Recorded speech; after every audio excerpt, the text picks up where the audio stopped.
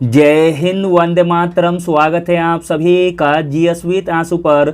आज की ये वन शॉट की वीडियो बिहार दरोगा पर भारी पड़ने वाली वीडियो है। हम केवल 10 मिनट के अंदर ऐसे 25 प्रश्न को देखेंगे जो आपको दरोगा बनाने में काफ़ी हेल्प करेगा।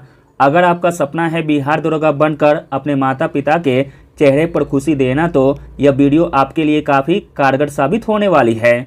स्टार्ट करने से पहले आप लोगों से एक ही रिक्वेस्ट है, प्लीज़ वीडियो को लाइक और सेशन ख़त्म होने के बाद किसी भी एक ग्रुप में शेयर जरूर कर दीजिएगा। चलिए शुरू करते हैं और आप लोग भी सोचिएगा अपना आंसर क्या हो सकता है। पहला प्रश्न है, इनमें से 1945-46 में दिल्ली में हुए आईएनए के मुकदमे के पक्ष में पेश हुए वकील कौन थे? प्रश्न इंपॉर्टेंट है। तो दोस्तों, इनमें से 1945-46 में दिल्ली में हुए आईएनए के मुकदमे के पक्ष में पेश हुए वकील थे भोला भाई देसाई। Option number B. वर्ष 1945 में लाल किले में आज़ाद हिंद फौज के सिपाहियों के प्रसिद्ध मुकदमे की पैरवी कैलाश नाथ काटजू, सर तेज बहादुर सप्रू, जवाहरलाल नेहरू, भोला भाई देसाई आदि कर रहे थे। वकीलों के इस समूह की अध्यक्षता भोला भाई देसाई ने की थी। अगला प्रश्न देखते हैं, इंपॉर्टेंट प्रश्न है। 1942 ईस्वी में किस त्यौहार के अवसर पर जयप्रकाश नारायण हजारीबाग जेल से निकल भागे थे? तो दोस्तों, वह त्यौहार था दीपावली का। Option number B. भारत छोड़ो आंदोलन के दौरान जयप्रकाश नारायण 9 नवंबर 1942 को दीपावली के दिन जेल से अपने साथियों के साथ फरार हो गए थे। अगला प्रश्न देखते हैं, मोस्ट इंपॉर्टेंट प्रश्न है। सबसे छोटा जीव जो स्वयं विकास एवं प्रजनन करने में समर्थ है? तो दोस्तों, वह सबसे छोटा जीव है माइकोप्लाज्मा। ऑप्शन नंबर सी, जो कि स्वयं विकास एवं प्रजनन करने में समर्थ है। अगला प्रश्न देखते हैं, मोस्ट इंपॉर्टेंट प्रश्न है। भारत में आर्थिक सुधार का जनक किसे कहा जाता है? भारत में आर्थिक सुधार का जनक कहा जाता है पीवी नरसिम्हा राव को। Option number D. अगला प्रश्न देखते हैं, प्रभावी राजस्व घाटा किस केंद्रीय बजट में पेश किया गया था? प्रश्न इंपॉर्टेंट है। प्रभावी राजस्व घाटा पेश किया गया था वर्ष 2011-12 में। Option number B. अगला प्रश्न देखते हैं, इंपॉर्टेंट प्रश्न है। मेथन, बेल पहाड़ी एवं तेलैया बांध किस नदी पर बनाए गए हैं? आंसर है ऑप्शन नंबर बी, बराकर नदी पर। मेथन, बेल पहाड़ी और तिलैया बांधों का निर्माण दामोदर की सहायक नदी बराकर पर दामोदर नदी घाटी परियोजना के प्रथम चरण में किया गया है। अगला प्रश्न देखते हैं, मोस्ट इंपॉर्टेंट प्रश्न है। भारत सर्वप्रथम तेल या ऊर्जा संकट कब हुआ था? तो दोस्तों, भारत में सर्वप्रथम तेल या ऊर्जा संकट हुआ था वर्ष 1970 और 1980 के दौरान। Option number D. अगला प्रश्न है, भारत में सर्वाधिक वर्षा मुख्यतः प्राप्त होती है? भारत की सर्वाधिक वर्षा मुख्यतः प्राप्त होती है दक्षिण पश्चिम मानसून से। Option number C. मौसम विभाग के अनुसार दक्षिण पश्चिम मानसून से भारत की कुल वर्षा का लगभग 75% हिस्सा प्राप्त होता है। अगला प्रश्न देखते हैं, इंपॉर्टेंट प्रश्न है। वह खनिज जो शरीर के तरलों का अवशोषण एवं संतुलन बनाए रखने के लिए आवश्यक है? तो दोस्तों, वह खनिज है सोडियम। ऑप्शन नंबर सी। अगला प्रश्न देखते हैं, भारत के किस शासक ने सर्वप्रथम लॉर्ड वेलेस्ली की सहायक संधि को स्वीकार किया था? तो दोस्तों, भारत के वह शासक थे हैदराबाद के निजाम। ऑप्शन नंबर डी, जिसने लॉर्ड वेलेस्ली की सहायक संधि को स्वीकार किया था सर्वप्रथम। सहायक संधि लॉर्ड वेलेस्ली द्वारा 1798 में तैयार की गई एक प्रणाली थी। अगला प्रश्न देखते हैं, मोस्ट इंपॉर्टेंट प्रश्न है। बिहार का पहला स्पोर्ट्स यूनिवर्सिटी डैश में खोला गया है?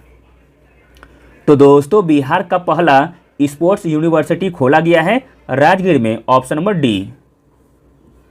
अगला प्रश्न देखते हैं, मोस्ट इंपॉर्टेंट प्रश्न है। जलोटी किस देश की मुद्रा है?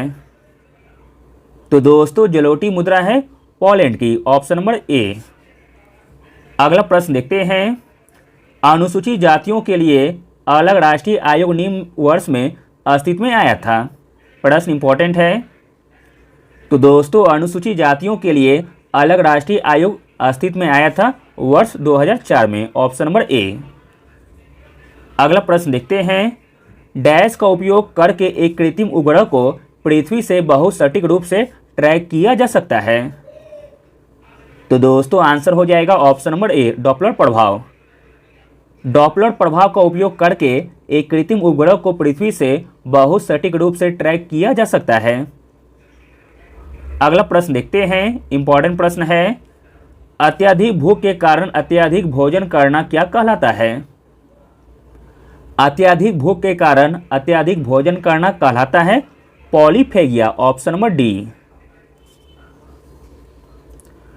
अत्यधिक भूख के कारण अत्यधिक भोजन का सेवन पॉलीफेगिया कहलाता है।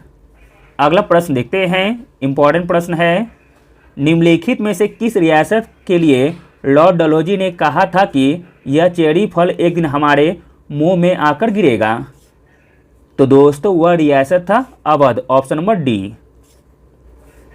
अगला प्रश्न देखते हैं, मोस्ट इंपॉर्टेंट प्रश्न है, कुर्ड डैश का एक लोक नृत्य है? तो दोस्तों कुर्ड लोक नृत्य है जम्मू कश्मीर का, ऑप्शन नंबर सी। अगला प्रश्न देखते हैं, इंपॉर्टेंट प्रश्न है, नाभिकीय भौतिकी के जनक के रूप में किसे जाना जाता है? नाभिकीय भौतिकी के जनक के रूप में जाना जाता है अर्नेस्ट रदरफोर्ड को, ऑप्शन नंबर डी। अगला प्रश्न देखते हैं, एक जीन के भीतर आधार अनुक्रम में परिवर्तन को क्या कहा जाता है? तो दोस्तों एक जीन के भीतर आधार अनुक्रम में परिवर्तन को कहा जाता है उत्परिवर्तन, ऑप्शन नंबर ए। अगला प्रश्न देखते हैं, इंपॉर्टेंट प्रश्न है, संवाद कॉमेडी समाचार पत्र की स्थापना किसने की थी? संवाद कॉमेडी समाचार पत्र की स्थापना की गई थी राजा राममोहन राय के द्वारा, ऑप्शन नंबर बी। अगला प्रश्न देखते हैं, इंपॉर्टेंट प्रश्न है, भारत के संविधान के निम्नलिखित में से कौन सा अनुच्छेद सहकारी समितियों के प्रसार से संबंधित है? तो दोस्तों सहकारी समितियों के प्रचार से संबंधित है अनुच्छेद 43 का बी, ऑप्शन नंबर बी। 2011 के 97वें संविधान संशोधन अधिनियम ने सहकारी समितियों को संवैधानिक दर्जा और संरक्षण प्रदान किया है। अगला प्रश्न देखते हैं, इंपॉर्टेंट प्रश्न है, सरयू नदी किस नदी की सहायक नदी है? तो दोस्तों सरयू नदी सहायक नदी है शारदा नदी की, ऑप्शन नंबर डी। अगला प्रश्न देखते हैं, निम्नलिखित में से कौन मिजो का पारंपरिक बांस नृत्य है? प्रश्न इंपॉर्टेंट है, मिजो का पारंपरिक बांस नृत्य है चेराव, ऑप्शन नंबर सी। चेराव या बांस नृत्य मिजोरम का पारंपरिक नृत्य है।